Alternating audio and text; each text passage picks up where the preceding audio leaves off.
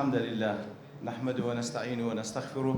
ونعوذ بالله من شرور أنفسنا ومن سيئات أعمالنا. من يهده الله فلا مضل له ومن يضلل فلا هادي له. أشهد أن لا إله إلا الله وحده لا شريك له وأشهد أن محمدا عبده ورسوله. يا أيها الذين آمنوا اتقوا الله حق تقاته ولا تموتن إلا وأنتم مسلمون. يا أيها الناس اتقوا ربكم الذي خلقكم من نفس واحدة وخلق منها زوجها وبث منهما رجالا كثيرا ونساء واتقوا الله الذي تساءلون به والأرحام إن الله كان عليكم رقيبا. يا أيها الذين آمنوا اتقوا الله وقولوا قولا سديدا يصلح لكم أعمالكم ويغفر لكم ذنوبكم ومن يطع الله ورسوله فقد فاز فوزا عظيما. أما بعد فإن أصدق الحديث كتاب الله وخير الهدي هدي محمد صلى الله عليه وسلم وشر الأمور محدثاتها وكل محدثة بدعة وكل بدعة ضلالة وكل ضلالة في النار. برزنا خوش حالم لحفتي السيم لزنزير وانكاني التبيان في آداب حملة القرآن بأمو خزمتان لا وانيرا بدو تسمى بمقدمكي إمام نووي رحمة خايلبي أويك لمقدمكي خندرا وكوري بيشتشيو حمد السنة مقدمة كيبو ليرة ودي يتسر ناوروش مقدمة كي. أما بعد فإن الله سبحانه وتعالى من على هذه الأمة زادها الله تعالى شرفا. بس ما كرك بس لو ذكر بيجمان الله تعالى من نتي لسر أمتك أو أمتك كردية إن زاد دعاء زياتر ذك زادها الله تعالى شرفا. من على هذه الأمة بالدين الله تعالى منتي لسر أمتك كردية بو دينك ورواني كردية الذي ارتضاه أو دينك ورب العالمين بي رازي ولا ببندكانك ودين إسلامه. إذا يعني أقل حلوستش لسر أو يمكن كوا دعاء ذكا زادها الله تعالى شرفا. براستي دعاء كردن لبو أمت زور مهمة يعني هس كردن بويك أتبشش لو أمتي خمت خمي أو أمتي بشش لو أمتي لو يتمشاركي لازمني بيامكي لازمني مقدمكي كباز لو أمت ذكاو أو أمتي كرب العالمين من نتي لسر كردي بوديني زادها الله تعالى شرفا. براستي مهمة لدعاء كان من قد أمت لبير نكين عزتي إيما بعزتي أو أمتي إخوانا خواصة شكستي أو أمت شكستي همو تاكيشي مسلمانة بلي من نتي لسر كردي بو ديني كوا دين إسلامك ورضيت لكم الإسلام دينا وهلوها من نتي لسر كذبتي وأرسل إليها محمدا خير الأنام كوا محمد المصطفى لوروان كديا عليه الصلاة والسلام كوا خير الأنام قتمان يعني خير هم مخلوقاته أو ذا وكد عليه منه لسري لسر أو بيغمبر صلى الله عليه وسلم منه لأن الله تعالى أفضل الصلوات والبركات والسلام لسر بيغمبر صلى الله عليه وسلم هم صلوات هم بركات هم سلام. بركات يعني عفوا الصلوات سيا كاتقول اللهم صل على محمد أو دليل بجمع الصلوات يعني دعواتك يا رب العالمين حمد ثناي محمد المصطفى صلى الله عليه وسلم لملأ الأعلى وزياتر رزي لابني بركات يا عيني دعاء ذاك الآن خواي جورا سبحانه وتعالى زياتر خواي جورا خيرو بركات بسر خويو بسر بيامكيو أمتكي دا بريجي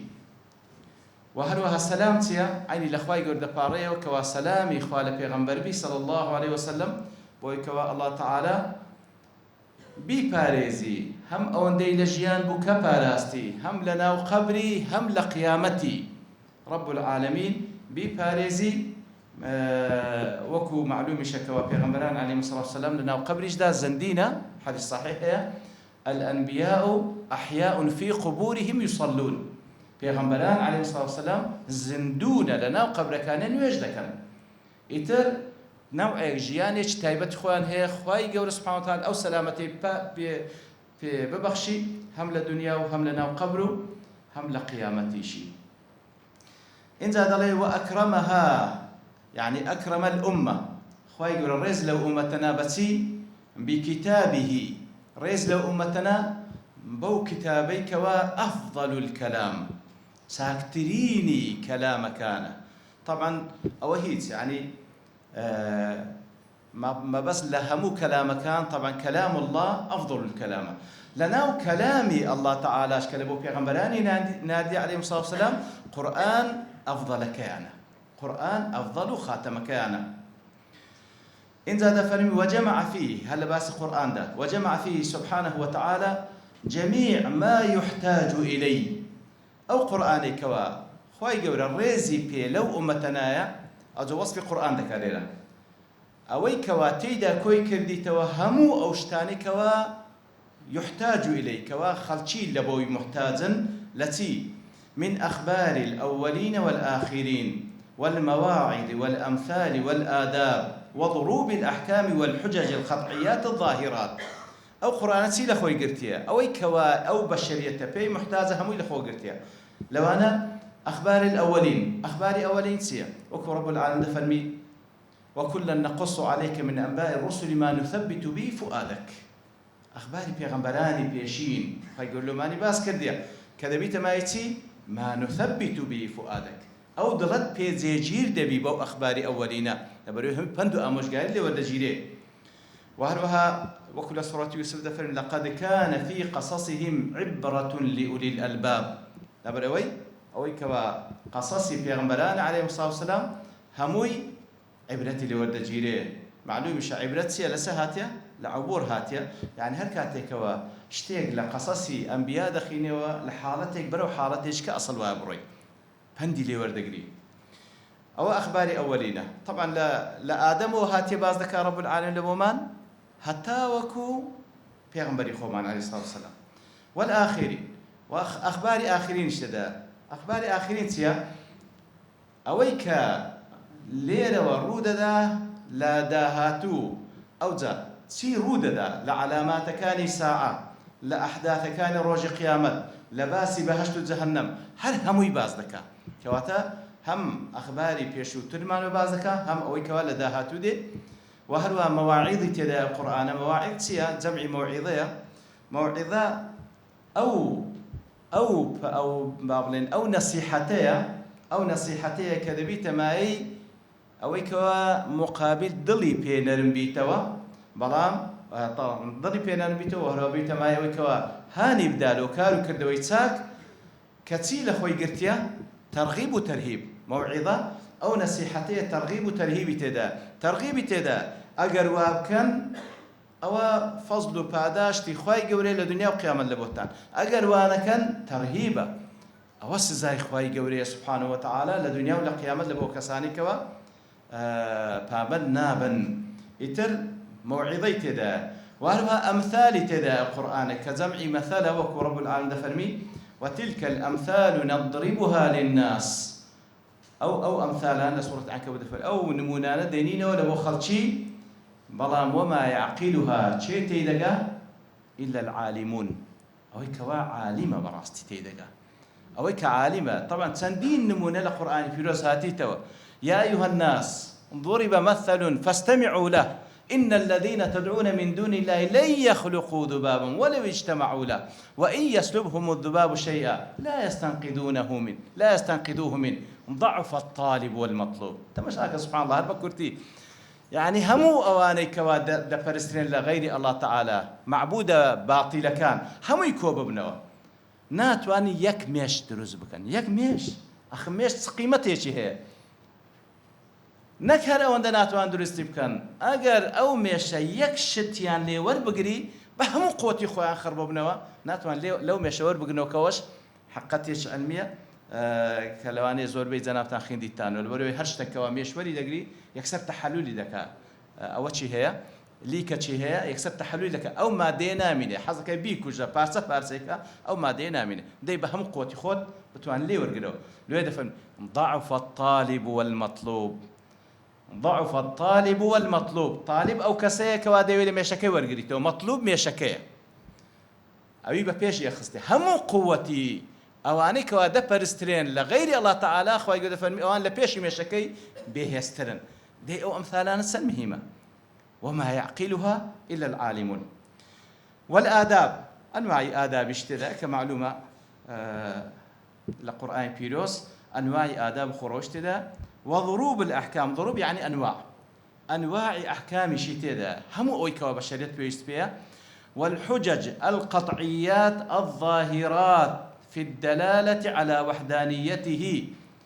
وهروها أو قرآن شتدا أنواع حجة وبلقيتدا أو بلقانا صفتها تسيا القطعيات. القطعيات يعني طبعا جمعي قاطعة. القاطعة بمعنى تدي واتا حاسمة التي تقطع دابر الشبهات. جاري دي باسم كره اگر پیشتانا اگر نوشتان بنسنو ان شاء الله بفايل لجروب لوتان دادني ما درس يكم دومان دانابو كواتا او بلغانيتي دا كوا قاطعه واتا پشتی شبهات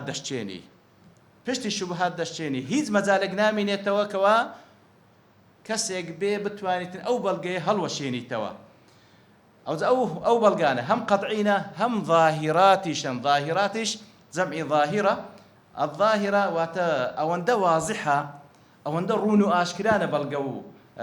بلغا كاني قرآن بيروس كوا كسك بس عاقل بي بيشت بماندبونه شي زورنيه تيبغا زور واضحا او بلغانه لسرتيه لبوسهاتو القرآن بيروس او بلغا بهيزانا في الدلاله على وحدانيته. فعلا قضيه جورترين قضيه لقرآن بيروس كوا تاكيد لسرتيه مسالتيه وحدانية رب العالمين. أصلها مو مسألة كان براستي أصلها مو مسألة كان كواتب بلقى لسر وحدانية رب العالمين وغير ذلك لسر غير بابتي وحدانية. طبعا المسألة زندي وبونه وبهشت وجهنم مسألة هم أحكام أو باولين بشكان إيمان هموي بلقى لسراته لسر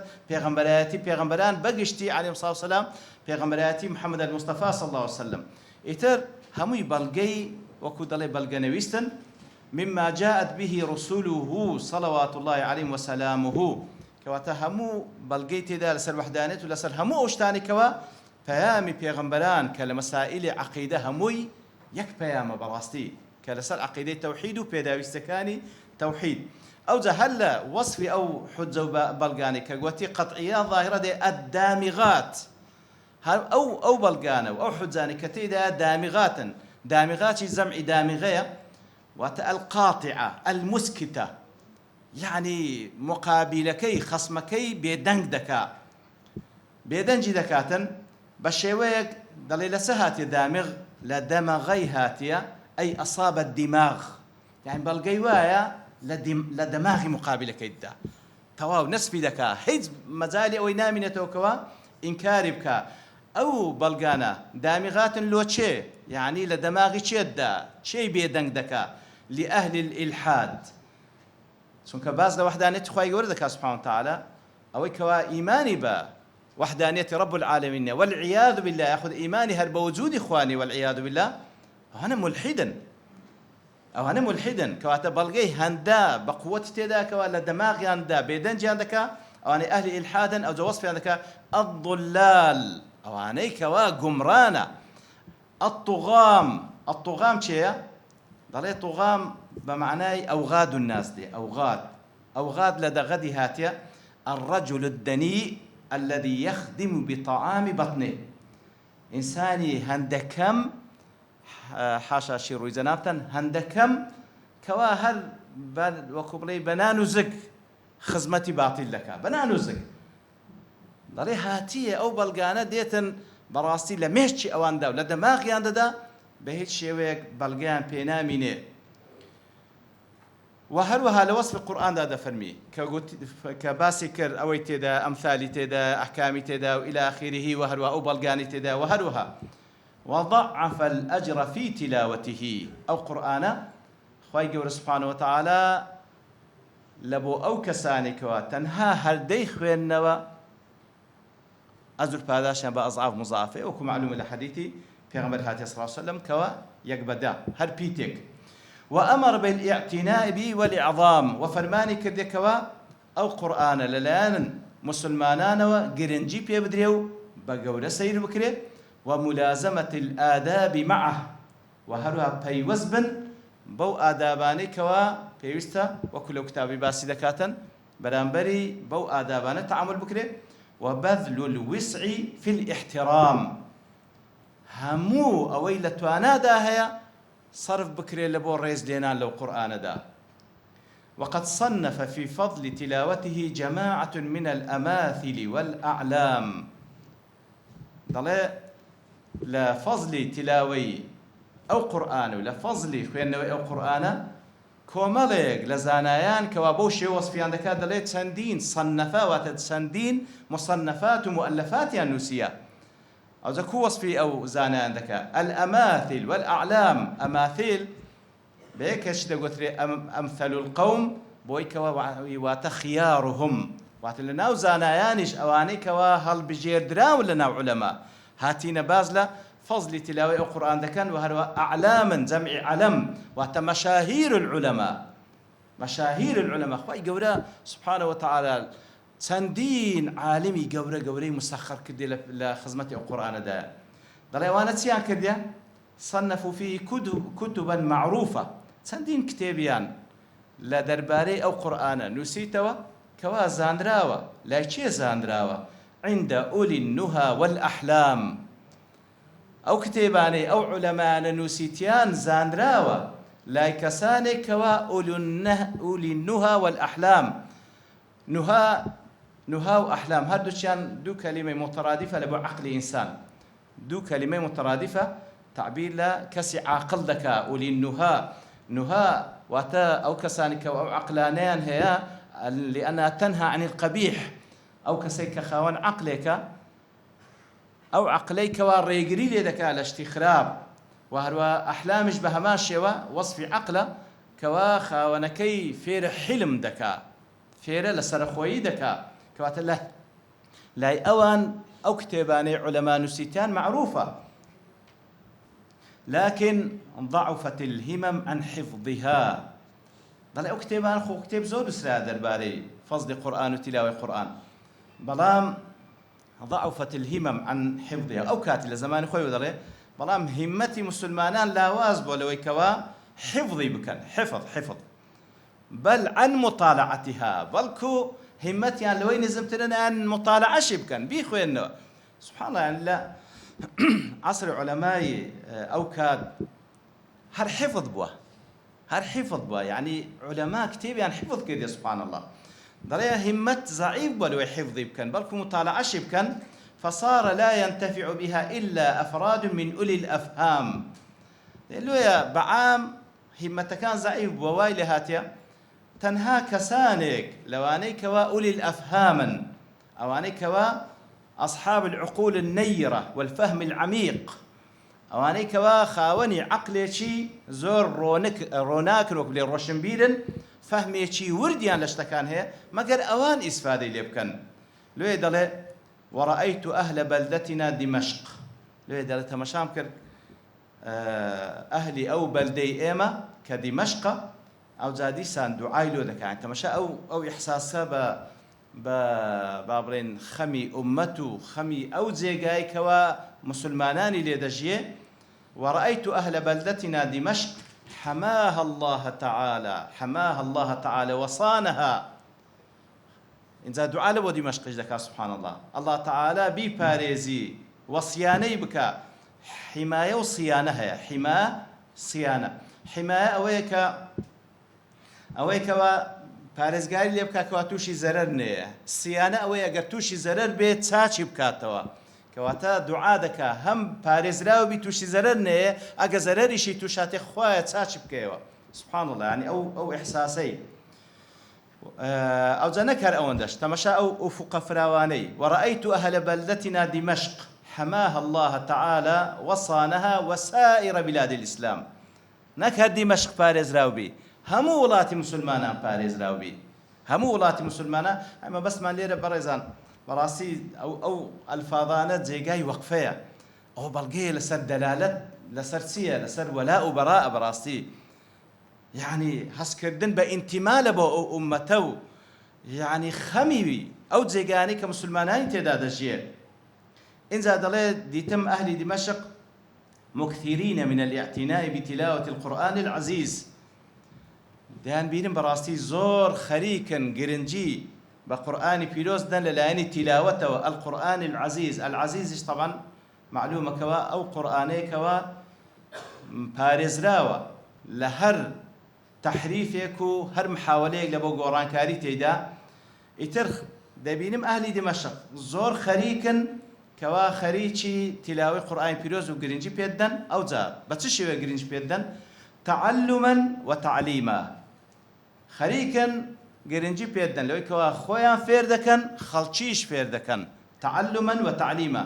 وعرضا ودراسة. عرضکردن وەکو مەسەن دەژێڕێتەوە کەوا پێغەمبەری خوا صلی الله علیه وسلم هەموو ساڵێ لە ڕەمەزاندا عرضی ئەو هەندەی دەکرد کە لە بۆی دابەزیە لە بۆ جبریل عەلەیهی السەڵات وەسەلام و ئەویش لە بۆی دەخوێندەوە. کەواتە عرض واتە دەبینم خەڵکی دمەشق خەریکن لە بۆ یەکتری بابنە خەریکی فێربوون و فێرکردنن و هەروها قورئان لە بۆ یەکتری دەخینەوە، قورئان لە بۆ یەکتری دەخینەوە و دیراسەی دەکەن پێکەوە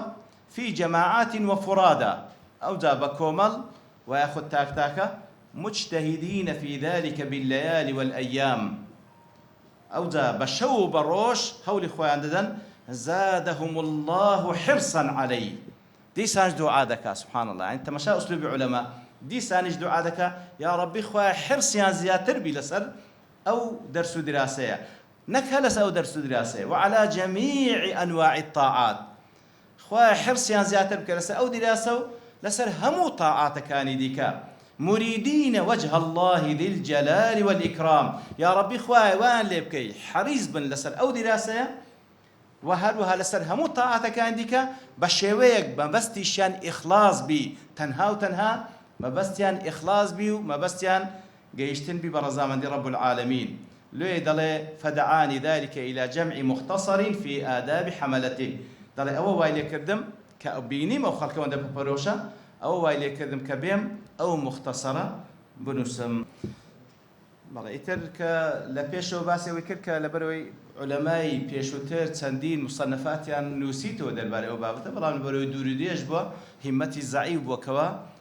لەبەری بکەن یاخود مطالعە بکەن. فدعاني ذلك إلى جمع مختصر في آداب حملته وأوصاف حفاظه وطلبته. لێ دەڵێ ئەوە بوو وای لە من کرد لەلایەک احتیمامی خەڵکی دەبینم بە قورئان لەلایەک ئەو کتابانی کە هەنە دوور و درێژن. لێە ئەوە بوو وای لە من کردکەوە کورتەیەک بنووسم لە ئادابی حەمەلەی قورئان، ئەوانی کەوا هەڵگری قورئانن و هەروها و ئەوصافی حفاظه وطلبته. و هەروها ئەو کتێبە چی تێدا؟ وەصفی ئەوانەی کە حافظی قورئانن و هەروها طلبەنە کەوا دەیانەوێ فێری بن. فقد أوجب الله سبحانه وتعالى النصيحة. لبروي رب العالمين واجبي كردي لسر إيمان داران نصيحة بكن آموجاري بكن. النصيحة لكتابه. طبعا هو آماجبو حديثي ذكا كدواشي نايتي وبخوي لكتابكي كبيان صوصا دفرمي الدين النصيحة. فقلنا لمن يا رسول الله؟ قال لله.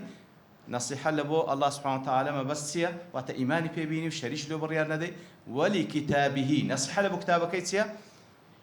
نصيحة لبو كتابكي فيربوني فير كردني فيربوني سونيتي خوين نوكي وماناتي جيشتني وسنوري باراستري سنوركاني وكاركردن بناوروتشي كتابكاني يعني فرمانكاني واروا هولدان لو يكوا دفاعي لبكي لهرشي أواني كدانوي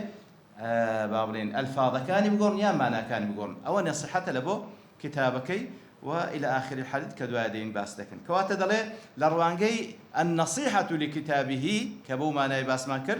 ومن النصيحة له كخواي يقول فرماني كر النصيحة كين لبو كتابكي. ومن النصيحة له لازمني نصيحة لبو كتاب خواي يقول سيا بيان آداب حملته وطلابه. لازمني نصيحة لبو كتاب خواي يقول ويا كوا أو بيان بكي لبو خلشي آدابي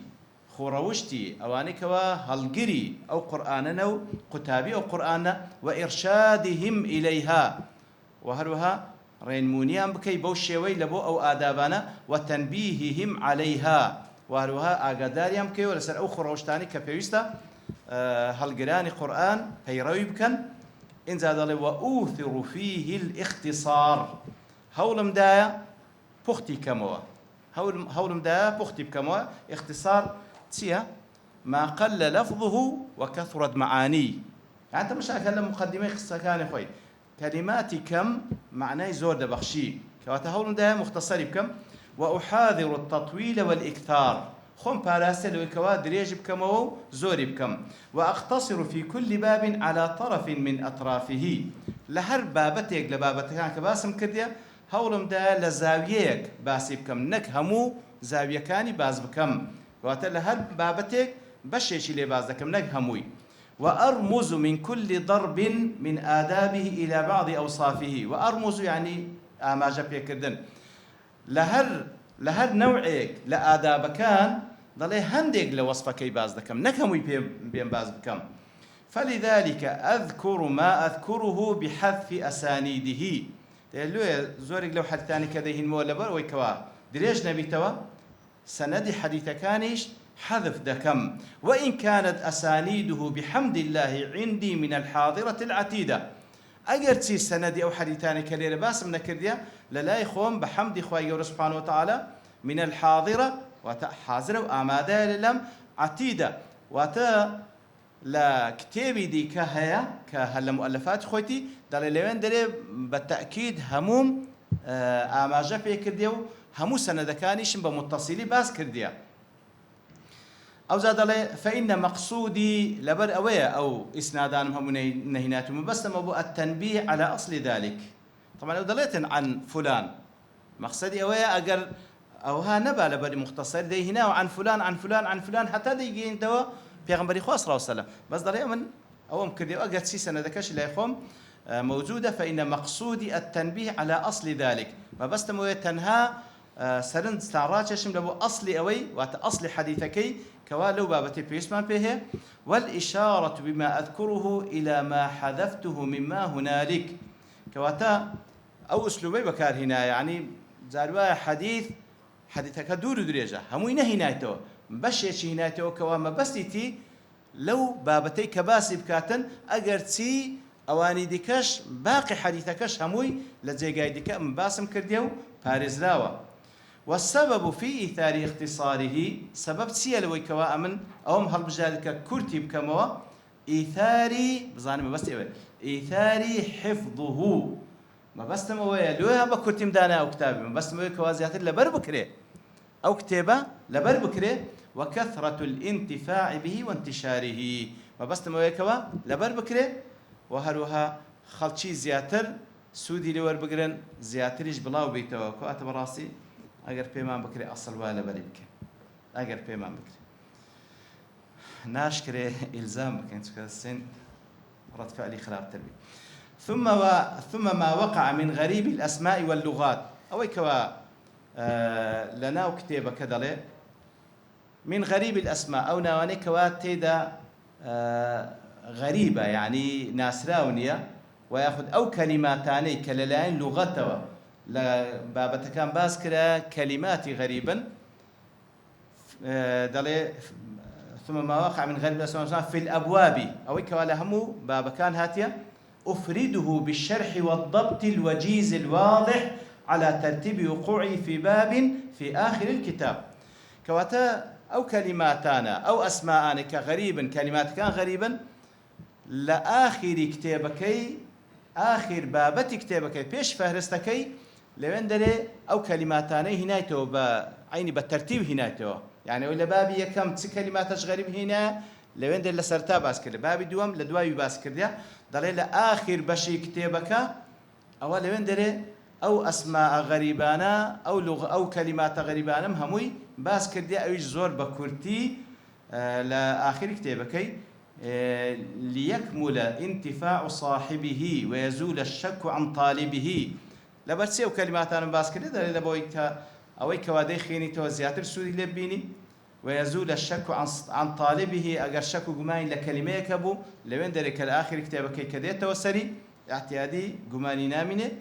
طبعا ما هو ما كذا بصراحة هر كلمة كأولوين دري أماجي بيدا لكوتاي لو بابتي هولم ده لسرتا ده بيدا بملقلي يعني نقل آخري أو كتابة بسين أو بابتش بخينه يعني كذا جينا آخري واتأو كلمات أنا ما خلاص كذا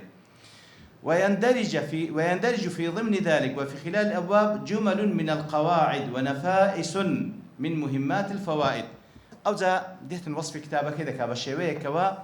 براستي مستمع ياخذ قارئ شوق شلو بيدا بيت بيخيني تو دليل خلال أو بابتاني كباسم كذا جمل من القواعد وتسندين قاعدا باس كرديا ونفائس من مهمات الفوائد وتشتي زور بقيمة فائدة زور بقيمة باس كرديا لو كتابة أو دیارە مەبەستی ئەوەیە وەکو گوتمان سەرنجی قاری ڕابچێش لە سەرەتادا بۆی کەوە لەگەڵی بە ئاگادار بە سوودی لێ وەردەگری. اینجا دەڵێ وأبين الأحاديث الصحيحة والضعيفة مضافات إلى من رواها من الأئمة الأثبات. أو جاء حديثان شكينات من دڵێ أو حديث صحيحة لەگەڵ ضعيف هەموون بەیان کردیە دەیجێرمەوە سەر ئەو ڕاویانەی كوا ديجرنا من الأئمة أو إمامان كديجرنا هموي جيجاي سقن وقد أذهل عن نادر من ذلك في بعض الحالات. عذرش لو خيدين تو زاري واشة براستي لسر معبر بو زاري واشة لو أنا حديثك لسر معبر بو كضعيف وأمن بصحيح مناسيا. واعلم أن العلماء من الحديث وغيره جوزوا العمل بالضعيف في فضائل الأعمال. ضل بزانا أو طبعا عزل له خيدين تو كأجر حديث ضعيف اشتدى به ضل علماء أو جاء علماء حديث وغير علماء حديثش ضل بيان وايا جائزة كوا كار بحديث ضعيف بكري لبابة فضائل الأعمال لك لو بابتاني كوا بيذكر فضائل الأعمال وكو سنة كان والله طبعا أو بابة براستي قصي زور لسرة ذكري ما حديث ضعيف بيننا ولا بفضائل الأعمال أو دو رأي هي براستي دو رأي هي رأيك كوازوريني علماء دلين ذكري أجر طبعا وهيز حديثي موضوع هرهيز إشي لسناكري بس حديث أجر ضعيف بي ذكري باز بكري لفضائل أعمال بلام ناكري لعقيدة باز بكري لصفات الله تعالى لصفات أسماء إخوة جورا لحلال وحرام نابي باز بكري بلام لفضائل أعمال لقصص ذكري أماجي بي بكري كواتا أوي متعلق نبي بعقيدة أوي متعلق نبي بأحكام ذكري أماجي بي بكري أو زاوكو ابن حجر تنشرت يشي باس كردي لبو كار كردن بحديث ضعيف لوانا أن يكون الضعف غير شديد فلا يعمل بحديث انفرد بأحد من الكذابين كواتا راستا حديث ضعيف لفضائل أعمال بلام همو حديثة تشنا بويكا ضعفك زور شديد بي لو يدل أو حديثة يكيك لراوية كان أحد من الكذابين هل لو رقاشت للرقايد كان هاتيا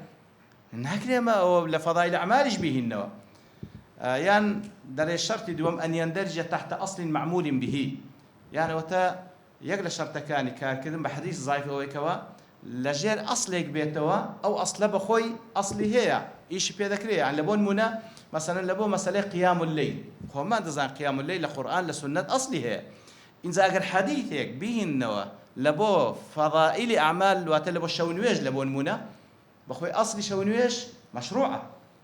مشروعة بلام أتوبي حديثنا ضعيف بيني ولا بو إيشك أصلا أصلي نية طبعا هو نابي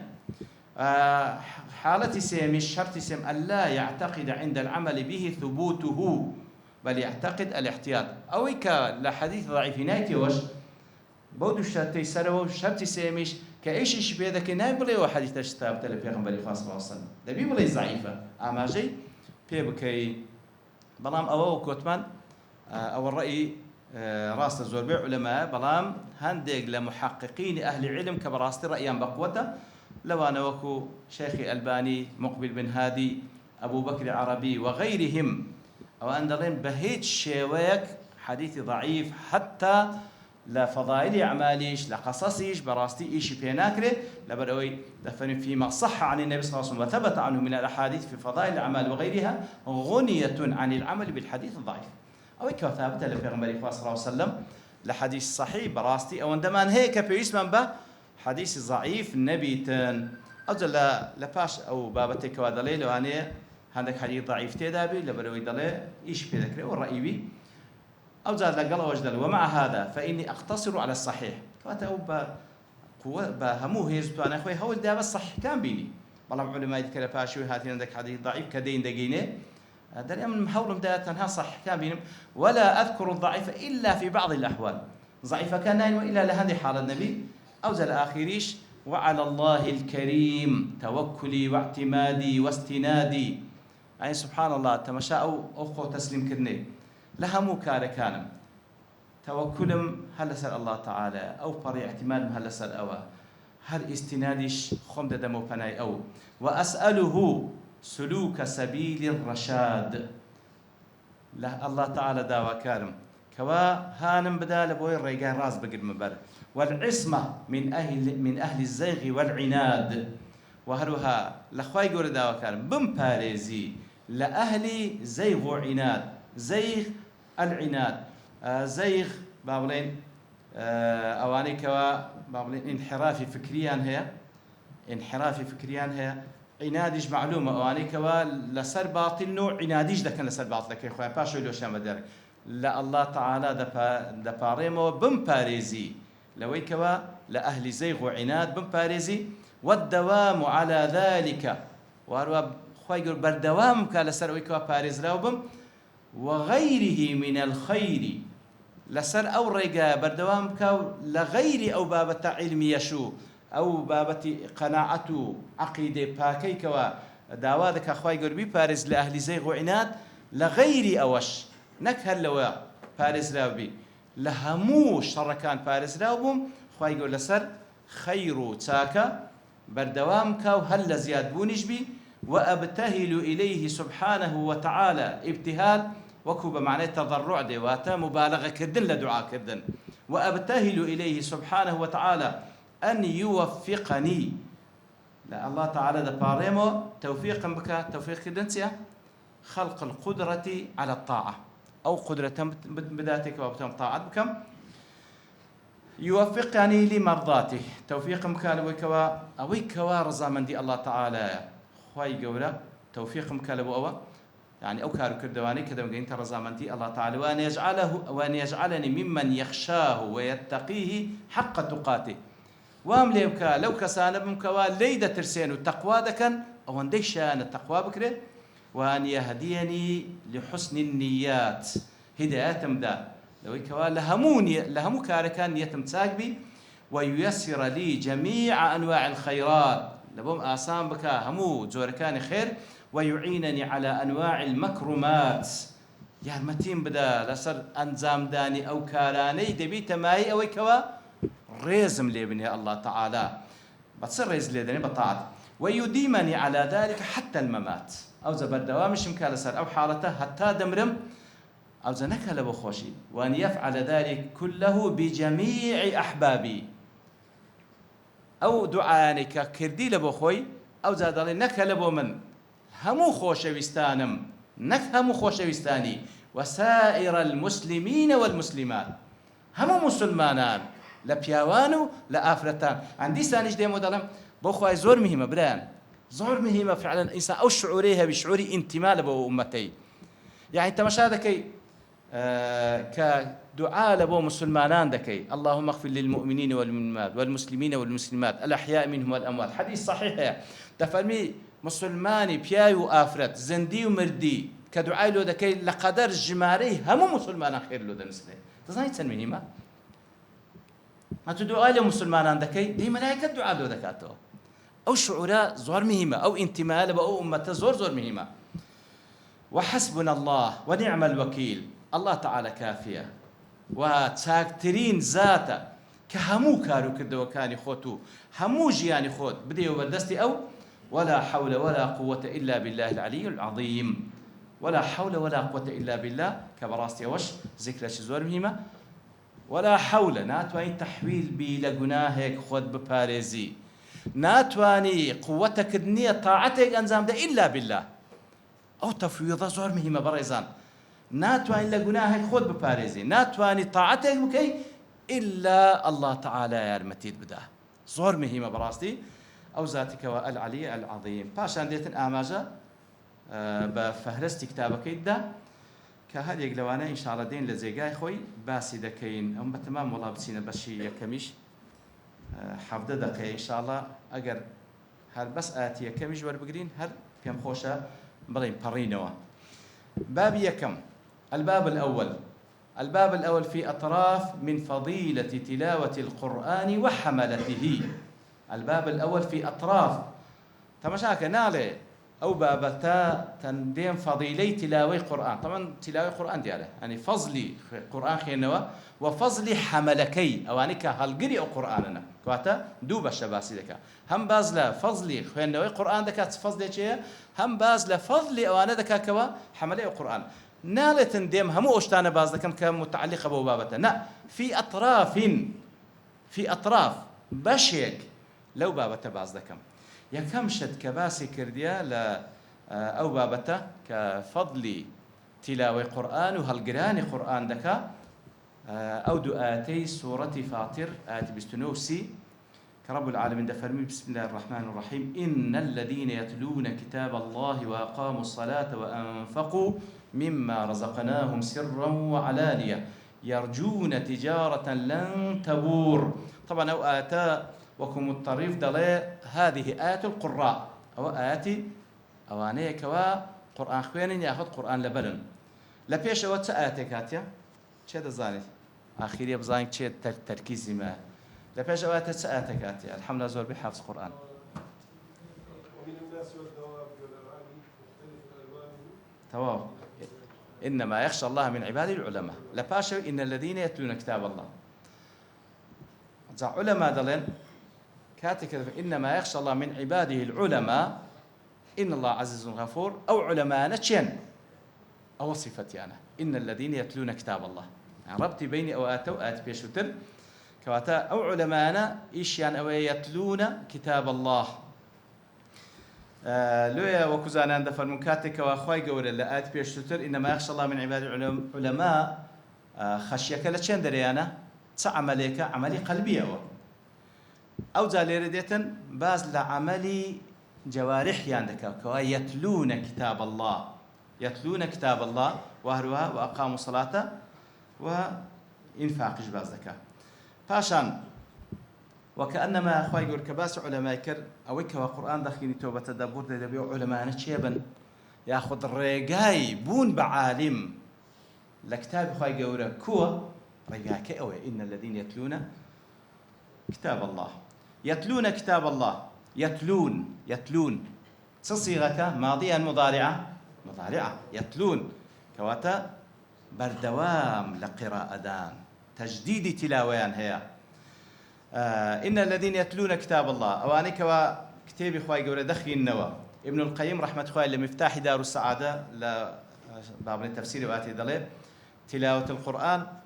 هروا مشهورة بالتلاوة يعني خير نوى دليل تلاوة القرآن تتناول تلاوة لفظه ومعناه هم تلاوة لفظة هم تلاوة معناه تيجيشتني وتلاوة لفظه وسيلة وطريق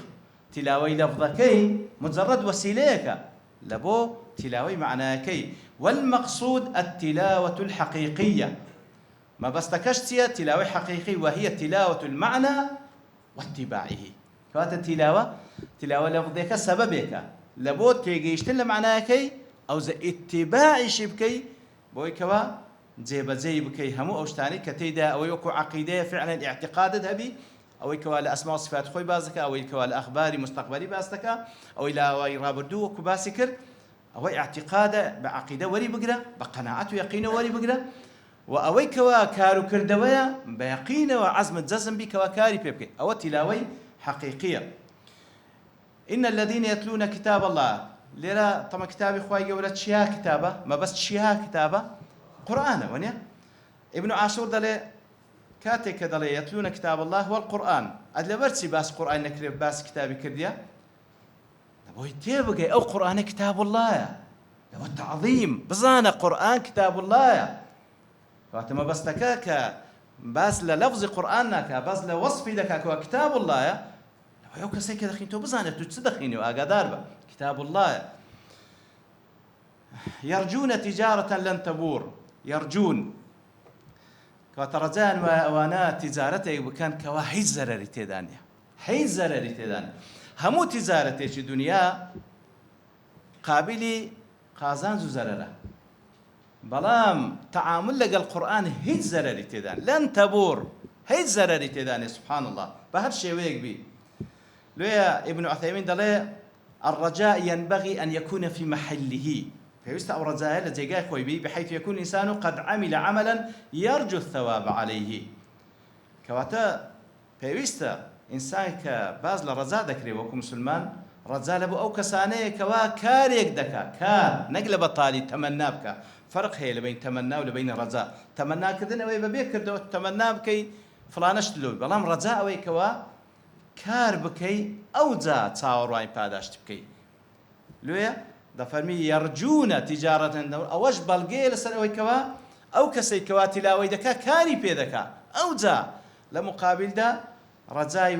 أو تجارة بكا كوا لن تبور يرجون تجارة لن تبور هل عين ابن عثيمين لتفسير كي دل يرجون تجارة لن تبور دل يبقى أو آماجي بإخلاصش بإخلاص ديفيني تو كاكا بإخلاص ما بستي بدسهناني أو أزر فاداشتي لا إخوي جور كيس خسارة تدانية كو بدستي ديني هذا بإخلاص وبي تمشاك سبحان الله كو علماء بدقيقي لا ألفاظ كانت تدقن لن تبور آخر أو تجارتك كوا هيز خسارة تدانة بي فقط تجارة آخرته أو آخرته كوا فعلا لا تنقطع حيز نابريتو سبحان الله بردوام لخوشي دانا خواهي قولا بإمام ببخشي أو زاد فهم ليوفيهم أجورهم ليوفيهم توفيتها يعني بشيوية كوا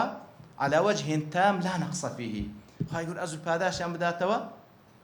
بشيوية كوا هيز نقصين تيدانية بشيوية هيز نقصين تيدانية طبعا وردكاري دكي زور تدا نوسيتم إن شاء الله دوا دكتور اللي ختام خينه كوات التوفيق ويك وأزو بهذاش توا يمدات ببين نقصاني ويزيدهم من فضله أي ويزيدهم الله من كرمه فوق ما يستحقون توفيق ويك وحقق الدداته برام لحقق تعامل لك الكريمية سبحانه وتعالى خو تعامل لقل ذات شدكي هموي كرمه هموي سخاوته بس أولا حق الدداته بظلم لنا كحق بفوتنا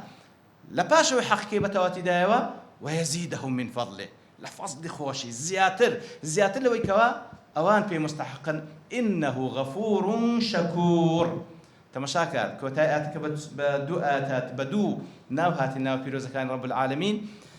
خواي قول سبحانه وتعالى تعامل لقى الاوبن دي كاوبن ديا اجرتي باخلاص وش تعامل لقى القران دكا والله انسانه كم كرتي دكا زلتي دبا نقصانية دبي خواهي قورا غفورة هم ستري دكا هم لي خوش دبي شكور تسيا يعني يقبل القليل من العمل أجر كردوا كميش بقبول دكا ظلام لبرامبر دا الكثير من الثواب جزاي داتوا شكور أو ذاتي كوا خواهي قورا سبحانه وتعالى كميش بكردوا كليد وردقري لمقابل دا پاداش كم ناداتو پاداشي زور داداتوا رب العالمين لو كسانمان بجيرك وأهلي أو آتبين يا رب إخوة إن الذين يتلون كتاب الله وأقاموا الصلاة وأنفقوا مما رزقناهم طبعا معلوم زنابت أنا ما بس تركيز ما سر تلاوة كيبو برام هم فعلا نيجكش كوا ركنة هم إنفاقكش كأويش بتايبتي زكاة ركنة بيويست براستي أو كسي كوا أهلي أو آتيا همو أو بيداوستاني كوا خواي قور فرماي بيكديا لبيت زي أو زا خواي قور فرمي هم توفيو هم زيادة فضل شيء على قلدك كوا غفور شكورا وصلى الله وسلم على نبينا محمد وعلى آله وصحبه أجمعين وآخر دعوانا الحمد لله رب العالمين